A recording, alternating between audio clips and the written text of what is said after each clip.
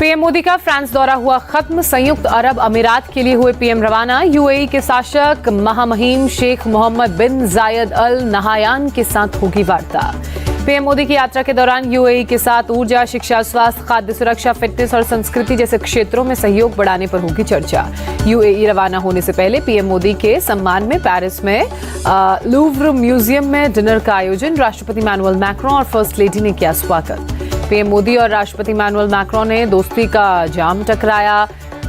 PM Modi ने भारत और France की साझेदारी को बताया दुनिया की शांति और सुरक्षा के लिए जरूरी। राष्ट्रपति इमैनुअल मैक्रों ने पीएम मोदी के साथ सेल्फी ट्वीट की। फ्रेंच और हिंदी में लिखा, भारत और फ्रांस के बीच दोस्ती अमर रहे। पीएम मोदी ने चंद्रयान के सफल लॉन्च का जिक्र किया। कहा, यह हमारे वैज्ञानिकों की बड़ी उपलब्धि। पीएम मोदी ने कहा, भारत और फ्रांस अपनी रणनीतिक साझेदारी के 25 साल पूरे होने पर मना रहे हैं जश्न। अगले 25 सालों का बना रहे हैं रोड मैप। पीएम मोदी ने कहा, मजबूत नींव के लिए साहसिक और जरूरी लक्ष्य किए जा रहे तय। भारत ने खुद को एक विकसित राष्ट्र बनाने का संकल्प लिया। राष्ट्रपति मैक्रों ने जताई इच्छा। कहा, भारतीय युवा फ्रांस में पढ़ने आए। 2030 तक 30,000 फ्रांसीसी छात्रों को हम भेजेंगे भारत। राष्ट्रपति मैक्रों ने कहा, भारतीय युवा फ्रांस में पढ़ने को का लेंगे फैसला तो उन्हें देंगे मौका। वीजा नीति को बनाएंगे उनके अनुकूल। पीएम मोदी ने इमैनुअल मैक्रों को चंदन का सितार दिया। गिफ्ट देखकर खुशी से गदगद हुए फ्रांस के राष्ट्रपति। फ्रांस की फर्स्ट लेडी को भी पीएम ने दिया उपहार। चंदन के बॉक्स में पोचमपल्ली इकत उपहार में दिया। फ्रांस की प्रधानमंत्री को भी मिला पीएम मोदी की ओर से तोहफा। मार्बल इनले वर्क टेबल गिफ्ट लेकर खुश हुई Elizabeth borne. French national assembly के अध्यक्ष को हाथ से बना हुआ सिल्क कश्मीरी कालीन मिला। हाथ से बुना ये कालीन दुनिया भर में प्रसिद्ध है। फ्रांसीसी सीनेट के अध्यक्ष जेरार्ड लार्चर को हाथी अंबावारी गिफ्ट प्रधानमंत्री ने दिया। शुद्ध चंदन की लकड़ी से बनी है मूर्ति। पीएम मोदी ने इंडो फ्रेंच उद्योगपति के फोरम में शिरकत की। राष्ट्रपति मैक्रों भी इस फोरम में शामिल हुए। दिल्ली में यमुना का जलस्तर घटकर 208.12 मीटर पर पहुंचा। अभी भी कई इलाकों में बाढ़ जैसे हालात।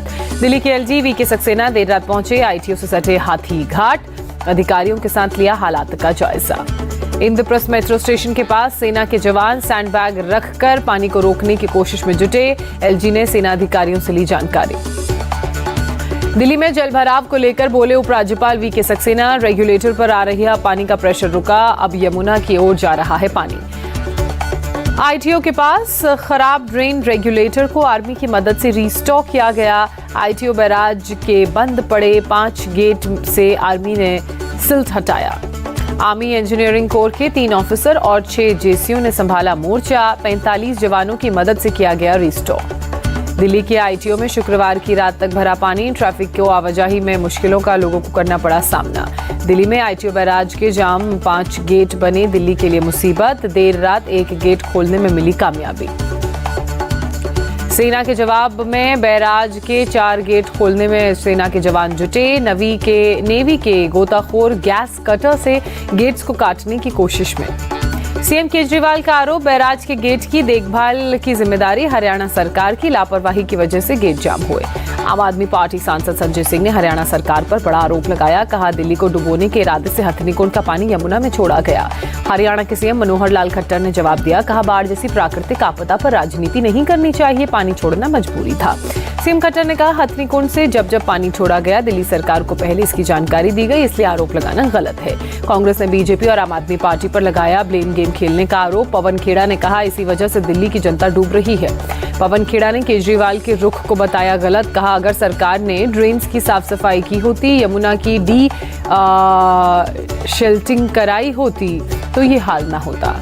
पूसा रोड के शिव मंदिर पहुंची केंद्रीय मंत्री मीनाक्षी लेखी ने कहा, दिल्ली में हुआ सिर्फ मिसमैनेजमेंट। चालू हुआ Okhla water treatment plant. CM Kejriwal ने ट्वीट कर दी जानकारी।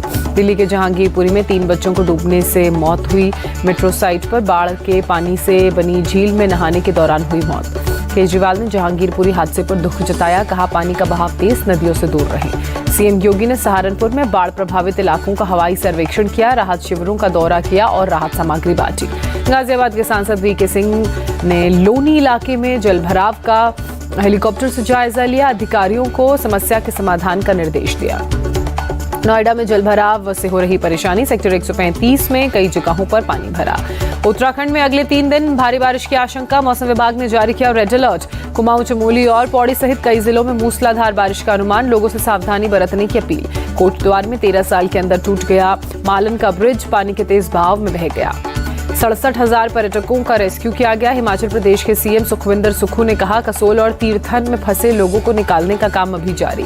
बीजेपी अध्यक्ष जेपी नड्डा ने हिमाचल के बाढ़ प्रभावित क्षेत्रों का हवाई सर्वे किया, पीड़ितों के साथ खड़ी है केंद्र सरकार, कहा। बीजेपी अध्यक्ष ने दी बाढ़ प्रभावित क्षेत्रों में नुकसान की जानकारी, कहा भारत सरकार हिमाचल प्रदेश की जनता के साथ है।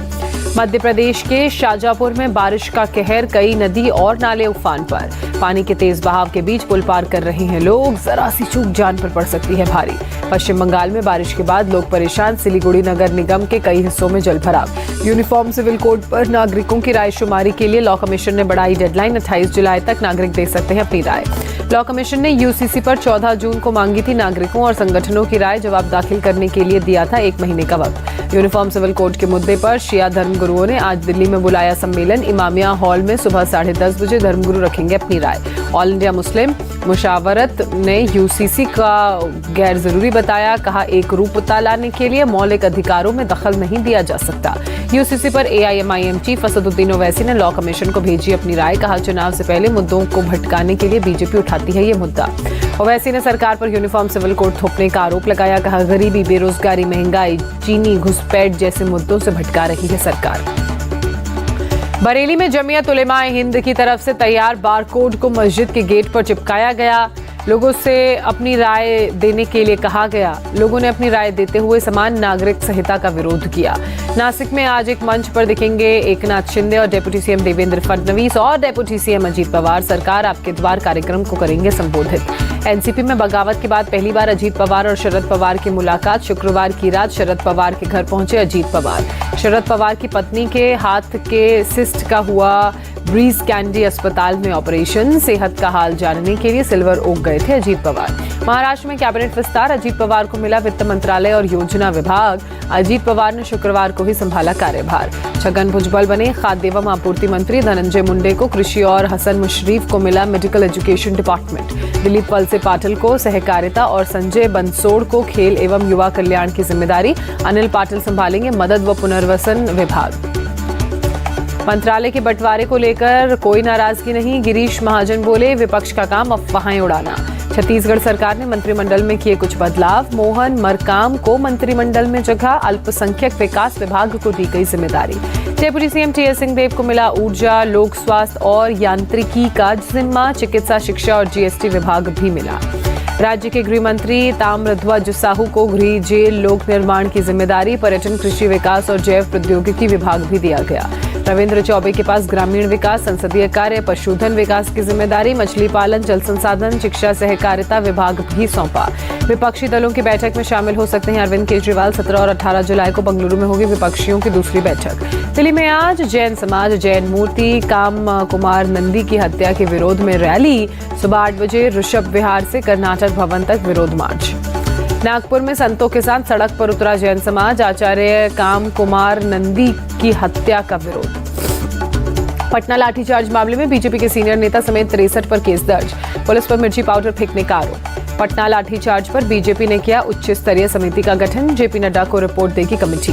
बीजेपी ने पटना में इनकम टैक्स चौराहे पर किया नीतीश कुमार का पुतला दहन। काफी तादाद में नेता और कार्यकर्ता मौजूद रहे। बीजेपी के प्रोटेस्ट पर तेजस्वी यादव का पलटवार, कहा बीजेपी नेगेटिव राजनीति करने में माहिर।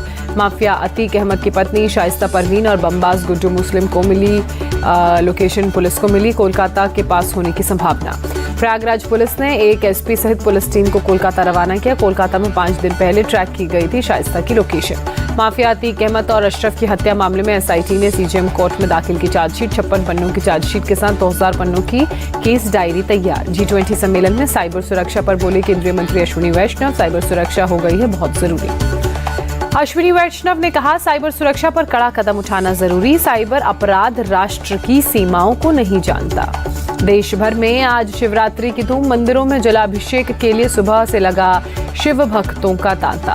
खराब मौसम के बावजूद अमरनाथ की गुफा में उमड़ रही भक्तों की भीड़। अब तक 1,87,000 से ज्यादा भक्तों ने किए बाबा बर्फानी के दर्शन। नोएडा में ब्रह्म कुमारी और आईएमए की तरफ से डॉक्टर्स के लिए राजयोग सेशन। ब्रह्म कुमारी सिस्टर रेनू ने कहा, शांत मन से ही दूसरों का इलाज संभव।